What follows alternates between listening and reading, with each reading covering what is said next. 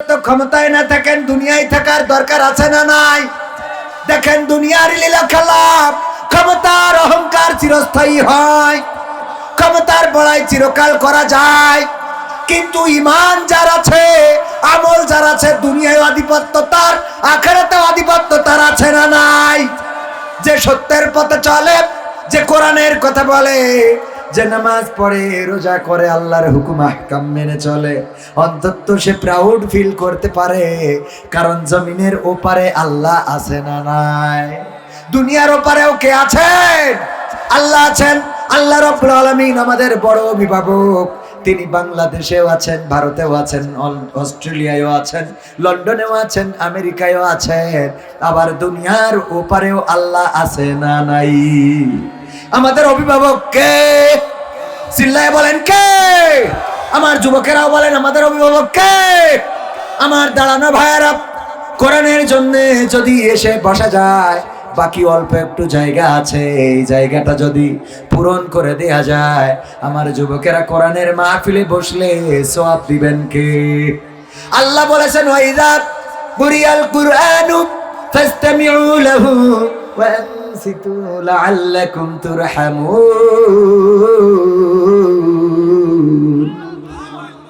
যখন তোমাদের সামনে কোরআন থেকে বলা হবে, কোরআন থেকে পড়া হবে, তখন তোমরা চুপ থেকে হৃদয়ের কান দিয়ে শুনবে, যাতে করে তোমাদের উপরে আল্লাহর রহমত বর্ষণ হতে পারে। ওগো আমার ভাইয়েরা, যদি কোরআনের মাজমায় বসে যান, কোরআনের মাজলিসে যদি বসে যান, আর কোরআনের কথাগুলো যদি চুপ থেকে হৃদয়ের কান দিয়ে শোনেন, রহমত বর্ষণ করবেন কি? আল্লাহর রহমত ছাড়া আমাদের চলার কোনো উপায় আছে?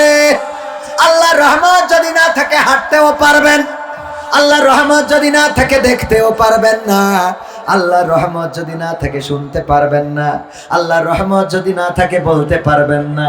হঠাৎ করে আল্লাহ জবানটা যদি কেড়ে নেয়, আমাদের এই জবানটা যদি কেড়ে নেয়, কবির বিন সামাদের জবান যদি এখন চলে যায়, বলেন দেখি আমার কথা শোনার মতো আমার মুখ থেকে যে আওয়াজ বের হবে, ওই বোবা মানুষের মতো শোনার মতো কেউ আছেন নাকি? শুনবেন কেউ? না, শুনবেন না। একজনও বোবা মানুষ কি বক্তা হয়েছে? না, হয় নাই। ওগো আমার ভাইয়েরা, এই জন্যই জবানটা কার রহমত? আল্লাহ জবান দিলেন, কথা বলার শক্তি দিলেন, জিহ্বাটা ছোটও করেন নাই, বড়ও করেন নাই। জিহ্বাটা যদি একটু ছোট করে দিতেন, তাইলে তুতলা হয়ে যেতাম। ভাইরা তবা বয়তো কোনো অর্থ পেতে নেই, অর্থ তুলতে হবে। আবার যদি জিভে বড় হয়ে দিতেন, ভাই এটা দাদা দাদা দাদা, এই আছে না নাই? জিহ্বা যাদের বড়, তাদের কথাটাও সুন্দর না, আবার জিহ্বা যাদের ছোট, তাদের কথাও সুন্দর। আল্লাহ কত সুন্দর করে জিহ্বাটা যতটুকু দরকার ততটুকু দিলেন। এই জিহ্বাটা যতটুকু দরকার, সবাই জিকির করেন লা ইলাহা ইল্লাল্লাহ, লা ইলাহা। জিহ্বাটা যতটুকু দরকার ততটুকু আল্লাহ রাব্বুল আলামিন দিয়েছেন। আল্লাহ নখ দেন, এই নখগুলো আস্তে আস্তে বড় হয় না, হয় না? নখগুলো বড় হয়, সপ্তাহে সপ্তাহে কাটা লাগে। যদি দাঁতগুলো নখের মতো বড় হইতো, তাইলে এই দাঁতগুলো সপ্তাহে সপ্তাহে কাটা লাগতো। বলেন ঠিক কিনা? চুলটা দিয়েছেন, সপ্তাহে সপ্তাহে বড় হয়। এই চুল যদি বড় না হইতো, কোনো কারণে একবার যদি চুরি করার অপরাধে কেটে ফেলতো, সারাটা জীবন বলতো এই যে শালা চোর ছিল। এ তোরা আমার থেকে পাইলি ভাই, তোরা কি শুরু করলি ভাই? তোরা আমার একটু কোয়া দিনি, আমি তোকে কি ক্ষতি করেছি? ঠিক হই তো আগের থেকে তো মিটকি মারতেছি। এটা তো মাগরিব থেকে এই সমস্যাটা হচ্ছিল, ঠিক কিনা? তো মাগরিব থেকে ঈশার মধ্যে ঠিক করা যায়নি, যে এখন মনে হচ্ছে একটু লাইনে এসেছে। বলেন আলহামদুলিল্লাহ। তাহলে টাকা দেওয়া যাবে না, যাবে না? হ্যাঁ, এবার ঠিক আছে। ও আমার ভাইয়েরা, জেনারেটর আর তেল দুটো একসাথে চালাচ্ছে। হুজুরের পাওয়ার কত বুঝতে পারছেন? দুই লাইন একসাথে বাইরে উঠাই ঠিক রাখতে পারছেন। বলেন আলহামদুলিল্লাহ। এই জন্যই তো হুজুরের একটা পাউতি হয় না। এই ঠিক আসতে কর, ওই ভিডিও হলি ঝামেলা আছে। ও আমার ভাইয়েরা, আমার কলিজার টুকরা যুবকেরা, বড্ড মহব্বত করি। আমার যুবকদেরকে বড্ড ভালোবাসি, কলিজার টুকরারা। যেই কথা বলছিলাম, আলোচনা তো একদিক থেকে আরেক দিকে চলে গেল। চুলের কথা বলছিলাম, নখের কথা বলছিলাম। আল্লাহ রাব্বুল আলামিন কত সুন্দর আমাদের চুলগুলো দিয়েছেন, হঠাৎ করে কুত্তা কাটিং দিয়ে ফেলেছেন। মানুষ কেউ পছন্দ করছে না, আল্লাহ চুলটা আবার বড় করে দিলেন, আবার সুন্দর কাটিংয়ে ফিরে আনতে পারে না, পারে না। আল্লাহ দেখেন চুলটা সুন্দর দিলেন, সপ্তাহে সপ্তাহে বড় হয়, কারণ আপনি যেন নানান রকম করে সুন্দর করে রাখতে পারেন। আল্লাহ দাড়িটাও দিলেন সুন্দর করে, যেন আপনি মহব্বত করে দাড়িটা সংরক্ষণ করতে পারেন। গোপটা দিলেন, মোচটা দিলেন। এই দাড়িটা যদি পুরুষের মুখের মধ্যে না থাকে, তাইলে পুরুষের সুন্দর দেখা যায় না। এই জন্যই মেসিও দাড়ি রেখে, এখন শুনছি সেও নাকি বিপদে পড়িয়েছে, বলছে সে অস্ট্রেলিয়া শাখার জামাতের সভাপতি। দাড়ি রাখলে অনেকেই মনে করে জামাত করে, ঠিক না বেটে? মেসি ফুটবল দলের জামাত ইসলামের সভাপতি, ঠিক না বেটে? দাড়ি রাখলেই মনে করে এরা মনে হয় এই ইসলাম সেই ইসলাম। আসলে দাড়ি রাখা কার সুন্নাহ? আর দেখেন সুন্নাহ মানেন আর না মানেন। ভারতের ক্রিকেটার সবার মুখে দাড়ি আছে না নাই? প্রায় সবার মুখেই দাড়ি, তারা দাড়িটা সংরক্ষণ করেছে। এই জন্যে এই দাড়িটা রাখলে আলাদা একটা সৌন্দর্য বৃদ্ধি হয়ে যায়। অথচ এই একই দাড়িটা আছে এই মহিলাদের মুখের মধ্যে আল্লাহ দিয়ে দিয়েছে, ওই মহিলা আর লোকালয়ে ঘুরে বেড়াতে পারে না, বলেন ঠিক কিনা? এমন মহিলা আছে না নাই? তার মানে কোন মহিলা, আমার মা বোনেরা রূপের অহংকার করে, রূপের বড়াই করে, চেহারার বড়াই করে। কিসের বড়াই করেন ওগো মা, ওগো বোন?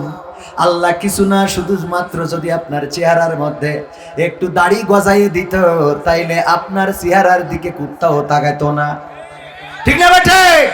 আর ওই নিয়ে আপনি লাইলাতুল ফেব্রুয়ারিতে গদখালি মেরি বেড়ান। আমার এরা আমার সহ্য বলো শেষ হয়ে গেছে, একদম তার কাটার বর্ডারে যেই খেপিছে ঠেকিছে। এইবার যদি কোনো ডিস্টার্ব হয়, আমি কিন্তু তার কাটামাটা ছিঁড়ে ফেলবো। বলেন আল্লাহু আকবার। ও আমার ভাইয়েরা, এলাকার মানুষ, আমি আপনাদেরই সন্তান। এই জন্য মনে হয় আজকে মাইকটা এই অবস্থা, কারণ চিন্তা করেছে এলাকার মানুষ দিয়েছে তো আশার বসু, তারা এত ভালো করার কি দরকার? হ্যাঁ, ঠিক নাই, বুঝলাম। তা এই দাঁড়ানো মানুষগুলো আমি বুঝতে পারছি, এক দল এসে বসছে আর এক দল এসে দাঁড়াচ্ছে, তাই না? কারণ এখানে অল্প কয়েকজন ছিল, এখন প্রায় প্যান্ডেল ভর্তি। যদি আমার কলিজার টুকরারা এই জায়গাটা বাম পাশে যতটুকু খালি আছে ভরে যদি দিতে পারেন, হতে পারে আজকের এই মাহফিলের জায়গাটা ভরে দেওয়ার কারণে আল্লাহ রাব্বুল আলামিন আপনার জান্নাতে জায়গা বরাদ্দ দিতে পারেন, বলেন সুবহানাল্লাহ। এই ক্ষমতা আল্লাহর আছে না নাই? আল ইয়াউমা নাখতিমু আলা আফওয়াহিহিম ওয়া তুকাল্লিমুনা আইদিহিম ওয়া তাশহাদু আরজুলুহুম বিমা কানু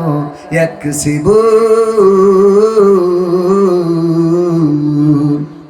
আমার আল্লাহ বলছেন ওই পরকালের ময়দানে আমি তোমাদের মুখে আঠা লাগিয়ে দেব, তোমাদের হাতের জবান খুলে দেব, তোমাদের হাত পা আমার সাথে কথা বলবে আমার হিসাব গ্রহণ করার জন্য। তোমাদের হাত পা চোখ কান নাক মুখ এগুলো যথেষ্ট হয়ে যাবে। আমার কলিজার টুকরা সোনার ছেলেরা, ওই দিন যেদিন আল্লাহ হাতের জবান পায়ের জবান খুলে দেবে, হঠাৎ করে হাত বলবে আল্লাহ এই হাত দিয়ে লাইলাতুল ফেব্রুয়ারিতে গদখালিতে গোলাপ কিনে তারপরে ডার্লিংকে দিয়ে বলেছিল আই লাভ ইউ, আছে না নাই? হঠাৎ পা বলবে এই হাত তুই চুপ থাক, এই পা দিয়ে হেঁটে তো একবার মাহফিল ছুটতে গেছিল, কথা কয় না? আল্লাহ তো জবান খুলে দেবে, পারো তাই না? আমি কি ভুল বলছি? পা বলবে হাত তুমি চুপ করো, তুমি খালি খারাপটা বলতে চাও। অথচ ওই কেশবপুরে বারুইহাটি যুব প্রবাসী ইসলামিক সমাজ কল্যাণ পরিষদের উদ্যোগে তাফসীর মাহফিল হয়েছিল। ওই মাহফিলে শীতের রাত আমার এই পা দিয়ে হেঁটে হেঁটে গিয়েছিল।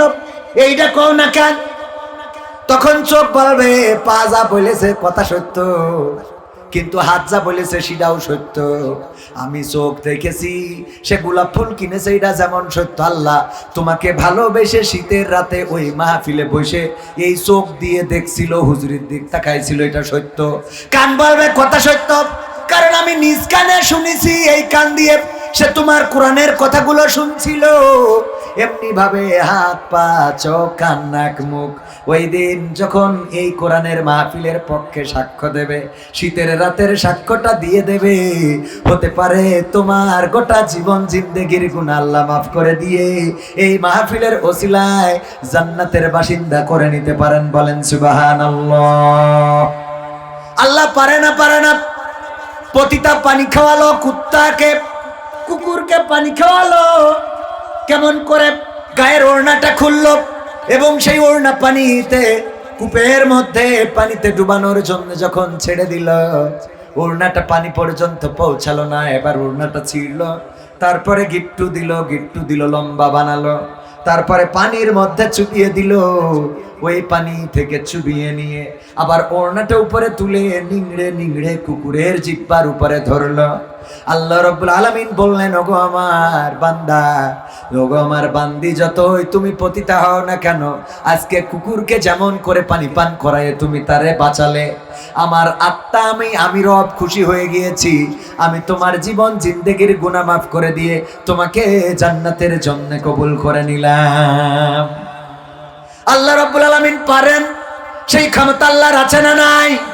আল্লাহ যদি চান কারো জুমার নামাজের বদৌলতে মাফ করে দিবেন, আল্লাহ যদি চান কারো ঈদের নামাজের কারণে মাফ করে দিবেন।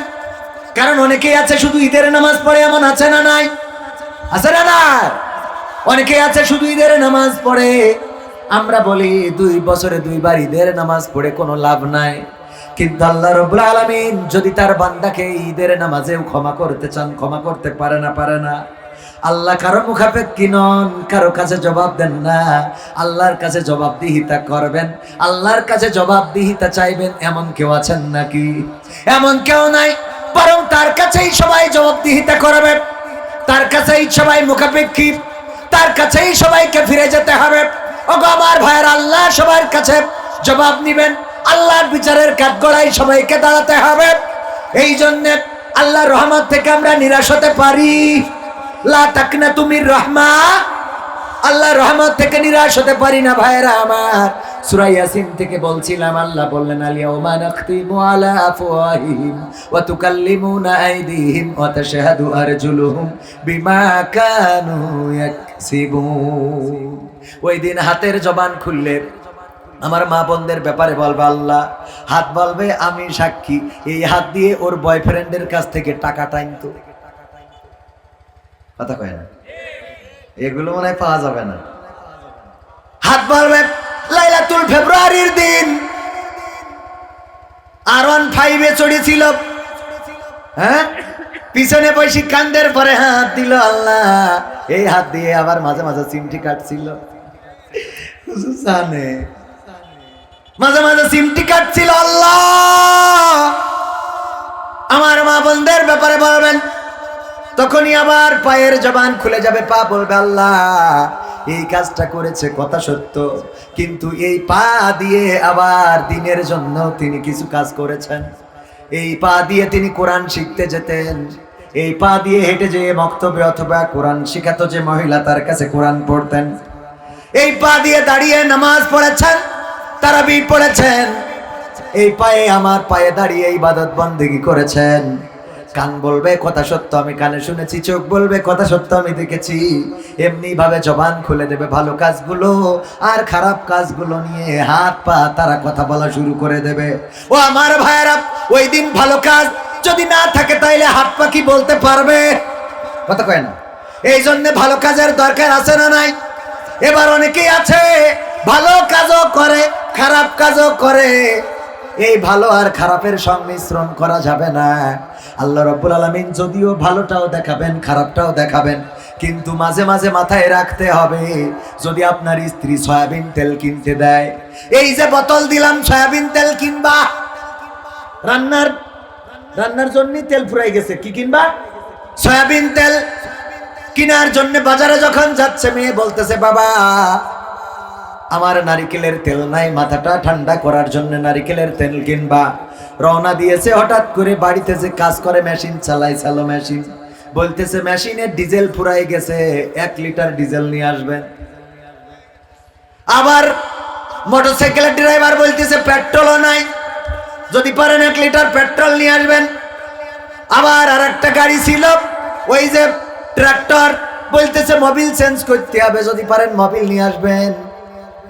বাড়ির মালিক চিন্তা করলো এত বোতল না নিয়ে একটা বোতল নিয়ে যায়, বড় ধরে একটা ঢম নিয়ে গিয়েছে, নিয়ে যেয়ে সবিন তেলের দোকানে যেয়ে বলছে 1 কেজি সবিন তেল দেন। এরপরে যেয়ে ডিজেলের দোকানে যেয়ে বলছে 1 কেজি ডিজেল দেন। মোবিলের দোকানে যেয়ে মোবিল, পেট্রোলের দোকানে যেয়ে পেট্রোল, সব এক ঢমের মধ্যে ভরিয়েছে। স্ত্রীর বলছে না, এখান থেকে তোমার যতটুক লাগে নিয়ে আনে, এখান